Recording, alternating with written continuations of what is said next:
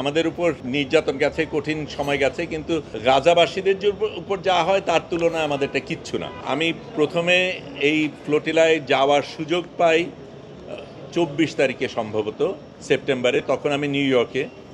তখন খুব দ্রুত টিকিট কেটে ঢাকায় এসে ঢাকার থেকে বদল করব, কাজে আমি ওখান থেকে আম্মান যাই, আম্মান থেকে দোহা যাই, দোহা থেকে ঢাকায় আসি, ঢাকায় এসে এখানকার কিছু কাজ সেরে অল্পক্ষণের মধ্যে আবার ফ্লাইট নিয়ে রোমে যাই।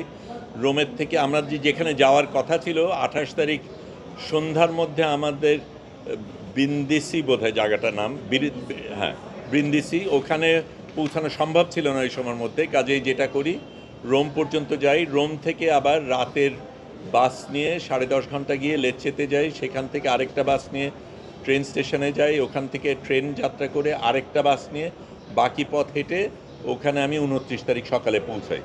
দৃঢ় বন্ধনের আস্থায় শক্তিশালী স্টিলের আরেকটি নাম জেডএসআরএম।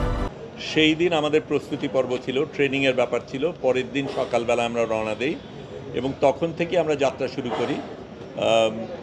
তারপরে আমাদের আগে ছোট 8টা ফ্লোটিলা রওনা দিয়েছিল, তারপরে আমরা রওনা দিই। এটা ছিল সবচাইতে বড় ফ্লোটিলা পুরো সব কিছুর মধ্যে, অনেক বড় অন্যদের থেকে। এবং আমাদের প্রধান এর মধ্যে আরোহী ছিল সংবাদকর্মীরা এবং স্বাস্থ্যকর্মীরা, এবং আমাদের ইচ্ছা করেই সেটা করা হয়েছিল, কারণ এই কর্মীদের উপরে সবচেয়ে বেশি আক্রোশ ছিল ইসরায়েলে, সবচেয়ে বেশি হত্যা করা হয়েছে এই সংবাদকর্মী এবং স্বাস্থ্যকর্মীদের। কাজে আমরা সেটার প্রতিবাদে গিয়েছি, এবং যদিও আমাদের সাথে ত্রাণ ছিল, ত্রাণ দেবার উদ্দেশ্যে না, আমরা যাতে ওদের উপর বোঝা না হই সেই কারণে আমরা নিয়ে গিয়েছিলাম। কিন্তু যেটা আমাদের খারাপ লেগেছে সেটা হচ্ছে এই ত্রাণগুলি ইসরায়েলিরা নিয়েছে, কিন্তু আমার কাছে যেটা সবচেয়ে বেশি, শারীরিক অত্যাচার নিয়ে আমি কথা বলতে চাই না, কিন্তু যেটা আমার সবচেয়ে বেশি অপমান বোধ হয়েছে সেটা হচ্ছে আমাদের বাংলাদেশি পাসপোর্ট তারা ছুঁড়ে মাটিতে যখন ফেলেছে, এইটা আমাকে ভীষণভাবে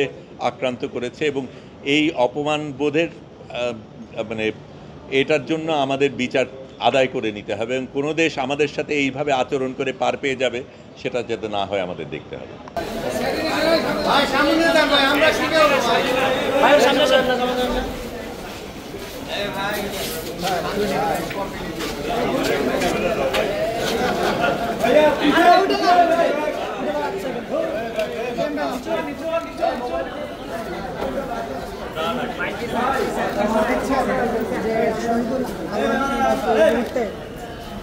বিরাট এবং বিশ্ববাসী একটি দৃষ্টান্ত কিন্তু আমরা দেখতে পাচ্ছি, এবং তিনি কিন্তু তার হাতে থাকা মোবাইল ফোন